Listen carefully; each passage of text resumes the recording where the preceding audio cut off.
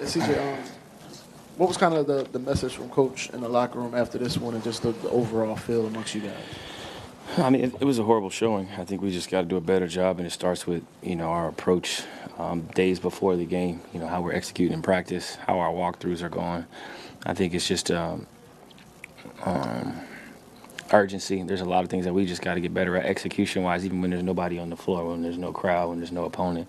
We got to get better, and all of that carries over to performances like tonight. So I think it's just from top to bottom, we all got to be better. We can't have these types of showings, especially at home in front of our home crowd. It was a horrible game, a horrible performance, from myself all the way down to the last guy.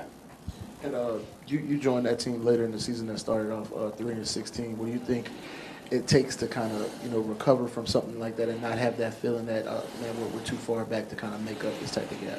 Yeah, I mean, it starts with practice. It starts with your approach to practice, and obviously we're not going to have a lot of practices, because of the schedule, because of the travel. So when we get shoot-arounds, when we have those moments where we can get better at things, we have to take advantage of it, and then it has to carry over to the game. And you're going to lose games, but we can't lose how we did tonight. I think that's the difference, right? We got to be able to compete. You got to be able to execute the game plan and give yourself a chance to win games. And we've done it in the past, and now we have to do it at a high level immediately because, there's not a lot of time. And in the Western Conference, you can't get too far behind.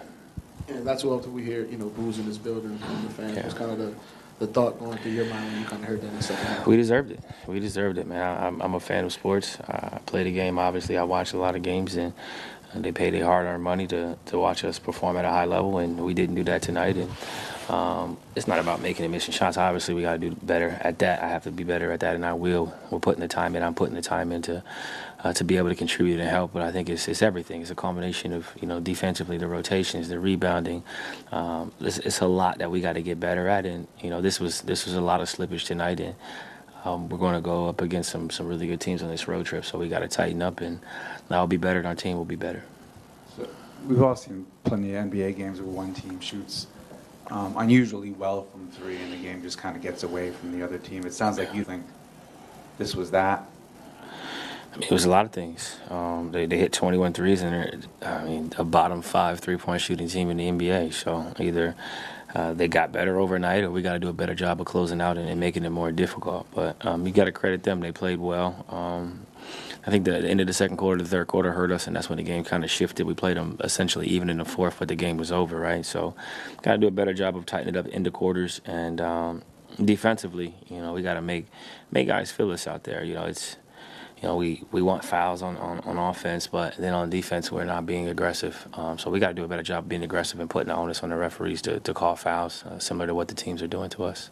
And to what extent would you say this performance is just kind of a one-off, like a bad night, or is it maybe to some extent symptomatic of just this difficult stretch that you've been going through for several weeks? I mean, this is my second game back, so I think, for us, it's guys have been in and out of the lineup. There's been a lot of changes, consistently hard to establish rhythms and rotation, so I think that plays a factor, but this was just a bad game that we can't have, and we got a chance to move forward and be better on this road trip.